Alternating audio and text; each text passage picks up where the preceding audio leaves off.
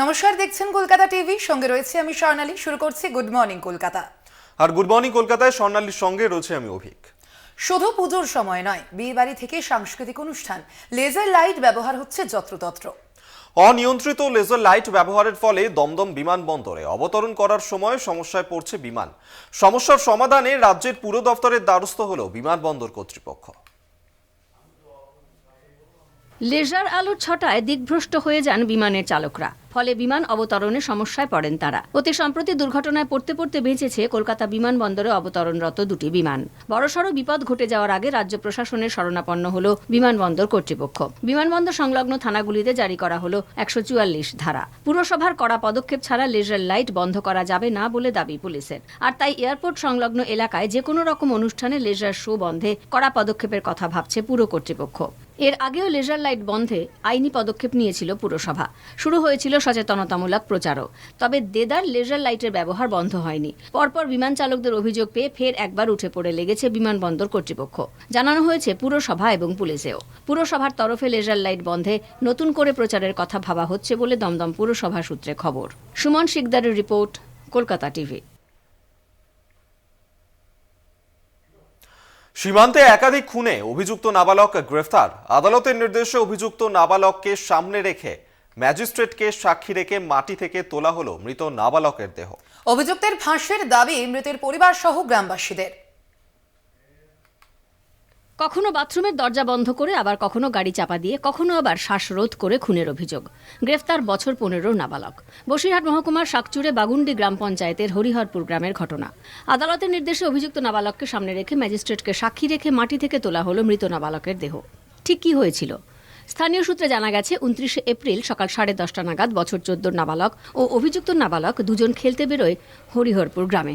ভারত ও বাংলাদেশ সীমান্তবর্তী বিএসএফ এর চেকপোস্টের পাশে একটি অস্থায়ী শৌচালয়ে দুজন যায়। সেই সময় সীমান্তে বিএসএফ এর কোনো নজরদারি ছিল না বলে অভিযোগ খেলার ছলে বন্ধুকে ওই শৌচালয়ের ভিতরে ঢুকিয়ে অভিযুক্ত নাবালক বাইরে থেকে শিকল আটকে দেয়। দীর্ঘক্ষণ কেটে গেলে ওই নাবালক বাড়ি না ফেরায় শুরু হয় খোঁজ। পরে গ্রামবাসীদের চাপে অভিযুক্ত নাবালক জানায় মৃত অবস্থায় বাগমুন্ডি স্কুলের কাছে শৌচালয়ে আছে তার বন্ধু। ঘটনাস্থলে পৌঁছে বসিরহাট থানার পুলিশ। তদন্তে নেমে অভিযুক্ত নাবালককে গ্রেফতার করে বসিরহাট মহকুমা আদালতে তোলা হলে বিচারক দেহটি ময়না তদন্তের নির্দেশ দেয়।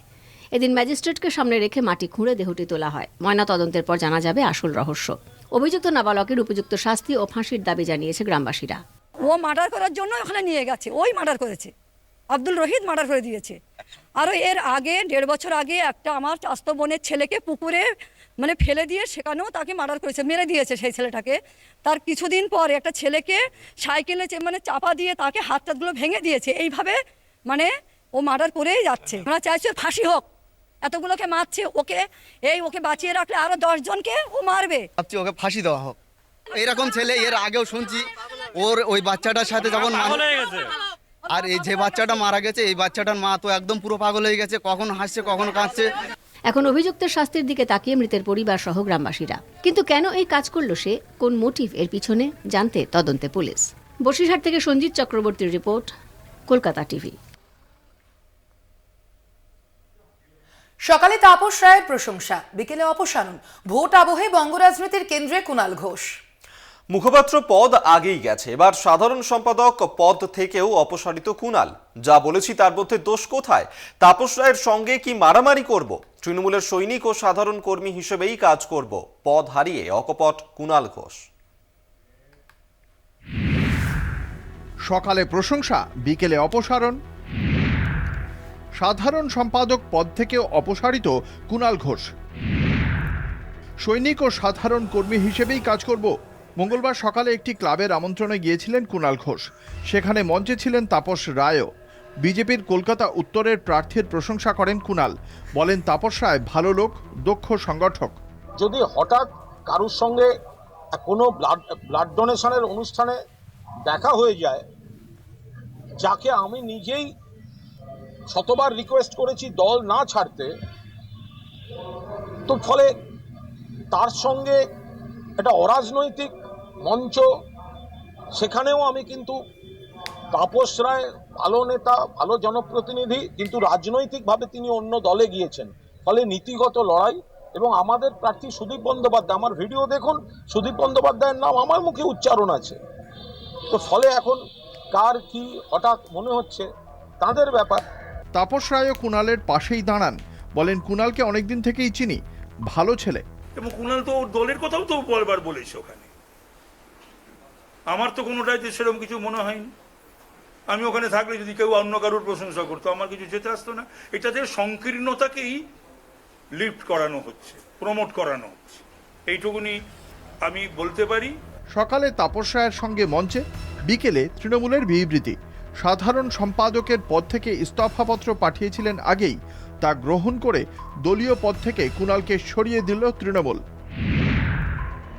বিবৃতিতে বলা হয়েছে, তাপস রায়ের মঞ্চে কুণাল ঘোষ যা বলেছেন তা তাঁর ব্যক্তিগত মত, এর সঙ্গে দলীয় সিদ্ধান্তের কোনো সম্পর্ক নেই। তবে কুণাল সাম্প্রতিক অতীতে এমন কিছু মন্তব্য করেছেন যা দলীয় নীতির পরিপন্থী। এই সিদ্ধান্তের পর বাড়িতে সাংবাদিক বৈঠক করেন কুণাল। যাঁরা তাঁকে অপসারণের সিদ্ধান্ত নিয়েছেন তাঁদের সমালোচনার পাশাপাশি দলের সাধারণ কর্মী ও সৈনিক হিসেবেই কাজ করবেন বলে দাবি করেন কুণাল। আবার প্রার্থী হিসেবে ব্যক্তিগতভাবে তাপসদাকে আমি কোথাও জনপ্রতিনিধি হিসেবে 1 ইঞ্চি পেছনে রাখতে পারবো না, কারণ তাপসদা মানুষ হিসেবে, সংগঠক হিসেবে দরজা খুলে মন খুলে মানুষের জন্য কাজ করে। দুর্ভাগ্য কুণালের অপসারণের পর তার পাশেই দাঁড়ান তাপস রায়। তৃণমূলের সংকীর্ণ রাজনীতির সমালোচনার পাশাপাশি আক্রমণ করেন লোকসভা ভোটে তার প্রতিপক্ষ সুদীপ বন্দ্যোপাধ্যায়। আবার কান্নাকাটি করেছে, যেভাবে আমি প্রেসিডেন্ট হওয়ার পর কান্নাকাটি করেছিল, করে প্রেসিডেন্ট পদটা ফিরে পেয়েছিল। এবারও বোধহয় নিশ্চয়ই মমতা ব্যানার্জির কাছে কান্নাকাটি করেছে, মেসেজ করেছে। কিন্তু কথা হলো একটা জানতে হবে যে এই মমতা ব্যানার্জিও কিন্তু সুদীপ বন্দ্যোপাধ্যায়কে তাড়িয়ে দিয়েছিল, 6 বছরের জন্য সাসপেন্ড করেছিল। তখন তিনি অনেক আকথা কুকথা মমতা ব্যানার্জির বিরুদ্ধে, দলের বিরুদ্ধে বলেছিলেন। বিজেপি মুখপাত্র শ্রমিক ভট্টাচার্য কুণালের অপসারণে তৃণমূলের অন্তর্দ্বন্দ্বকেই দায়ী করেছেন। দলের মুখপাত্রের পদ থেকে সরিয়ে দিয়েছেন, কিন্তু তারপরে ধারাবাহিকভাবে কুণাল ঘোষ সাংবাদিক সম্মেলন করে গেলেন, বিভিন্ন খবরের কাগজে কুণাল ঘোষকে দলের মুখপাত্র হিসেবে তার বিবৃতি ছাপা হলো। তৃণমূল কংগ্রেসের পক্ষ থেকে কোথাও কোনো আপত্তি নেই। আজকে দলের কোনো অজানা কারণে তাকে পদ থেকে সরিয়ে দেওয়া হলো। এর আগে সুদীপ বন্দ্যোপাধ্যায়ের বিরুদ্ধে এজেন্সি দিয়ে তদন্ত করানোর দাবি তোলেন কুণাল। তারপরেই তোলপাড় পড়ে যায় দলে। নিজের এক্স হ্যান্ডেলের স্টেটাস বদলে কুণাল ঘোষণা করেন 2টি পদ তিনি ছেড়ে দিয়েছেন, পদত্যাগপত্র পাঠিয়েও দিয়েছেন। দলের সৈনিক ও সাধারণ কর্মী হিসেবেই তিনি কাজ করবেন। তবে দলের গুরুত্বপূর্ণ মিটিংয়ে দেখা মিলেছে তাঁর। মুখপাত্রের ভূমিকাতেও দেখা গেছে কুণালকে। ভোট চলছে, মমতা অভিষেক প্রচারে ফালা করে দিচ্ছেন বিজেপি, কংগ্রেস, সিপিএমকে। এই পরিস্থিতিতে ফের দলীয় কোন্দল ব্যাপকভাবে মাথা চাড়া দিলে দলই অস্বস্তিতে পড়বে, ফায়দা তুলে নেবে বিরোধীরা। দেবজ্যোতি ঘোষের report, Kolkata TV. Good morning কলকাতায় এখন সময় ছোট্ট একটা বিরতির। অন্যান্য খবর নিয়ে ফিরছি বিরতির পর, সঙ্গে থাকুন। ফিরে এলাম বিরতির পর। নজর রাখবো এবার যে খবরের দিকে। সন্দেশখালীতে আবু তালেবের বাড়িতে মজুদ অস্ত্রের সঙ্গে কি জমি দখলের যোগ? অভিযোগ 21-এর ভোটের পর থেকেই অস্ত্র দেখিয়ে জমি লুট করত শাহজাহান বাহিনী। সিবিআইয়ের কাছে ভুরি ভুরি নালিশ, শাহজাহানের বাড়ি ও মাছের আড়তে কেন্দ্রীয় গোয়েন্দারা। আবু তালেবের বাড়ির অস্ত্র নিয়ে রাজনৈতিক চর্চা।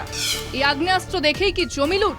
সিবিআইয়ের কাছে অভিযোগ, শাহজাহান ঘনিষ্ঠ আবু তালেবের বাড়িতে যে পরিমাণ আগ্নেয়াস্ত্র পাওয়া গেছে তার একটা অংশ শেখ শাহজাহানের দাবি তদন্তকারীদের। এই বেআইনি আগ্নেয়াস্ত্র দিয়ে ভয় দেখিয়ে একাধিক জমি লুটের অভিযোগ শেখ শাহজাহান ঘনিষ্ঠ প্রসেন গায়েন ও জিয়াউদ্দিন মোল্লার বিরুদ্ধে। জিয়াউদ্দিন মোল্লা ইডি হেফাজতে। সন্দেশখালীর আগারহাটির পঞ্চায়েত প্রধান জিয়াউদ্দিন মোল্লা, পঞ্চায়েত সদস্য প্রসেন গায়েনের বিরুদ্ধে সুন্দরীখালী ও লাউখালী গ্রামের বিভিন্ন জায়গায় একের পর এক চাষের জমির চরিত্র বদলের অভিযোগ। সেখানে একদিকে ফিশারি, অন্যদিকে আগ্নেয়াস্ত্র দেখিয়ে জমি কেড়ে নিয়ে অন্যকে লক্ষ লক্ষ টাকার বিনিময়ে মালিকানা পাইয়ে দেওয়ার অভিযোগ। বসিরহাটের মহকুমা শাসক ভূমি ও ভূমি রাজস্ব দফতরে জানিয়েও কোনো ফল মেলেনি বলে অভিযোগ। আদালতের নির্দেশে সন্দেশখালী ঘটনা তদন্তে সিবিআইয়ের ওয়েবসাইটে অভিযোগ করেছেন বীরেন গায়েন, বিনয় গায়েন, চঞ্চল গায়েন, মনোরঞ্জন গায়েন, সুজিত গায়েন। এই পরিবারের সঙ্গে কথা বলে সিবিআই আধিকারিকরা অভিযোগ খতিয়ে দেখেন। তাদের বয়ান রেকর্ড করেন। 21-এর ভোটের পর থেকে শেখ শাহজাহানের গুন্ডা বাহিনী আগ্নেয়াস্ত্র দেখিয়ে এইসব জমি লুট করেছে বলে অভিযোগ। শাহজাহান বাহিনী ওইসব এনে সব আমার বড় দা এনে আমার গাছপালা সব কাটতেছে, কলা গাছ কাটতেছে, আমাদের মারধর করতে আসতেছে, সব বন্দুক সন্দুক দেখিয়ে সব আবার ওখান থেকে মদই বাচ্চা কাচ্চা এনে সব মদ খায়, আমার বাড়ির ওপরে এখান থেকে এইসব করতেছে। দলিল করেছে আমাদের সান বাহিনী সাথে করে নিয়ে করে আমাদের ভোগ দখল করে নেওয়ার চেষ্টা করতেছে। শেখ শাহজাহানের বাহিনীর নেতৃত্বে কিছু লোক এসে জোর করে কাগজপত্র তৈরি করে সেটাকে দখল নিতে আসে গত রবিবার। সেই অবস্থায় আমরা সেই ঝামেলাগুলো বন্ধ করে দিয়ে মানে কী বলে বন্ধ টন্ধ করে দিলাম। দেওয়ার পরে আমরা সঙ্গে সঙ্গে সিবিআইকে কেস করলাম, যাতে মানে আমরা আমাদের জমি আমরা ফিরে পাই, সেভাবে আমরা অনুরোধ করছি। শুধু আগ্নেয়াস্ত্র মজুত করে ভয় দেখানো নয়, আগারহাটি শ্মশানের জমি ও খালের একাংশ বেআইনিভাবে দখল করার অভিযোগ শেখ শাহজাহান সহ তার অনুগামীদের বিরুদ্ধে। 69 শতক শ্মশানের জমির মধ্যে 18 শতক জমি দখল করার অভিযোগ। সিবিআই পোর্টালে অভিযোগ জানান স্থানীয়রা। অভিযোগের ভিত্তিতে তদন্তে সিবিআই। দীর্ঘদিন ধরে শ্মশানের পাশ দিয়ে বয়ে চলেছে আগারকাটি খাল। এই খালের মাছ ধরে জীবিকা নির্বাহ করে এখানকার মানুষ। গ্রামবাসীদের দেওয়া তথ্য ও বয়ান রেকর্ড করেছে সিবিআই। গ্রামবাসীদের দাবি, আগের জায়গায় ফিরে আসুক খাল ও শ্মশান। এটা ধর্মীয় আবেগ, এটাকে আমরা প্রতিবন্ধকতাও সৃষ্টি করেছিলাম, কিন্তু আমাদের সেই প্রতিবন্ধকতা ধোপে টেকেনি। 2022 সাল থেকে শ্মশানের যে খাল ছিল, খালের অর্ধেকটা জমি মানে মাটি ভরাট করে নিয়ে পুরো পাঁচিল দিয়ে টোটালি ঘিরে নিয়েছে। বুধবারও শাহজাহান মার্কেটে হানা দেন সিবিআই আধিকারিকরা, সঙ্গে ছিল কেন্দ্রীয় বাহিনী। সন্দেশখালী থেকে সঞ্জিত চক্রবর্তীর report, Kolkata TV. Good morning কলকাতায় আবারও সময় একটা ছোট্ট বিরতির। ফিরছি বিরতির পর, সঙ্গে থাকুন। ফিরে এলাম বিরতির পর। মথুরাপুর লোকসভা কেন্দ্রের তৃণমূল প্রার্থী বাপি হালদারের বিরুদ্ধে এফআইআর এর নাম তার স্ত্রীরও। কৃষ্ণচন্দ্রপুর পঞ্চায়েতের প্রাক্তন প্রধান সিলি হালদার, তার বিরুদ্ধেই এই অভিযোগ, যেখানে অভিযোগ উঠছে অর্থ তছরূপে করা হয়েছে এবং কলকাতা হাইকোর্টের নির্দেশেই এফআইআর দায়ের পঞ্চায়েতের বিজেপির প্রধানের বিরুদ্ধে। আমরা এই নিয়ে বিস্তারিত কথা বলবো। কোয়েল মণ্ডল এই মুহূর্তে আমাদের সঙ্গে টেলিফোনে রয়েছেন প্রতিনিধি। কোয়েল, ঠিক কি অভিযোগ? একদমই অভিক, দেখো তোমাকে জানিয়ে রাখবো, এই যে কৃষ্ণচন্দ্রপুর গ্রাম পঞ্চায়েত, এই কৃষ্ণচন্দ্রপুর গ্রাম পঞ্চায়েতে বর্তমান কিন্তু বিজেপির দখলে, এবং এই পঞ্চায়েতের বর্তমান যিনি বিজেপি প্রধান অনুপ মিস্ত্রি, তিনি কিন্তু এই পঞ্চায়েতের প্রাক্তন প্রধান সিলি হালদার এবং তার স্বামী অর্থাৎ মথুরাপুর লোকসভা কেন্দ্রের তৃণমূল প্রার্থী বাপি হালদারের বিরুদ্ধে। সিলি হালদার যেই সময় প্রধান ছিলেন সেই সময় পঞ্চায়েতের অর্থ তছরূপের অভিযোগ তুলে কলকাতা হাইকোর্টে এপ্রিলের প্রথম সপ্তাহে একটি মামলা দায়ের করেন। এই যে বর্তমান বিজেপি প্রধান অনুপ মিস্ত্রি, তার যেমনটা অভিযোগ, তিনি যেমনটা অভিযোগ করেছিলেন যে এই পঞ্চায়েত এলাকায় একাধিক রাস্তা, একবার রাস্তার কাজ বারবার দেখিয়ে একই রাস্তার কাজের টাকা তোলা হয়েছে, কোনো কোনো জায়গায় রাস্তার কাজ না করেও সেই রাস্তার কাজ হয়েছে কাগজে কলমে দেখিয়ে টাকা তুলে নেওয়া হয়েছে। এই রকম অভিযোগ তুলেই কিন্তু তিনি প্রথমে স্থানীয় বিডিও, এসডিও এবং মথুরাপুর থানাতে অভিযোগ জানান, কিন্তু সেই সমস্ত অভিযোগ কোনোভাবেই পাত্তা দেওয়া হয়নি বলে অভিযোগ অনুপ মিস্ত্রির। পরে বাধ্য হয়ে তিনি কিন্তু এই পঞ্চায়েতের প্রাক্তন প্রধান সিলি হালদার এবং তার স্বামী মথুরাপুর লোকসভা কেন্দ্রের তৃণমূল প্রার্থী বাপি হালদার সহ সর্বমোট 8 জন পঞ্চায়েতের টাকা তছরূপের অভিযোগ তুলে কলকাতা হাইকোর্টে এপ্রিলের প্রথম সপ্তাহে মামলা দায়ের করেন।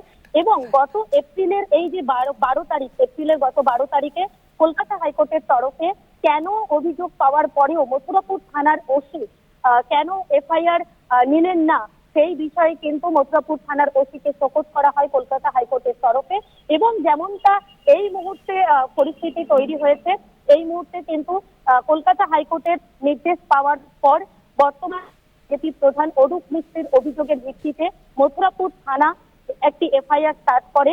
মূলত প্রাক্তন প্রধান সিলি হালদার এবং তার স্বামী বর্তমান মথুরাপুর লোকসভা কেন্দ্রের তৃণমূল প্রার্থী বাপি হালদার সহ সর্বমোট 8 জনের বিরুদ্ধে এফআইআর শুরু করা হয়েছে।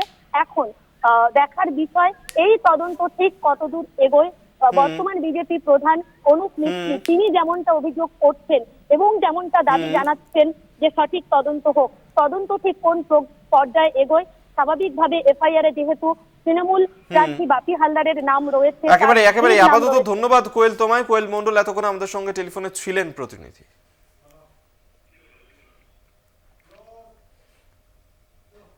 গুড মর্নিং কলকাতা আজ এ পর্যন্তই। দেখতে থাকুন কলকাতা টিভি, রাত দিন 7 দিন।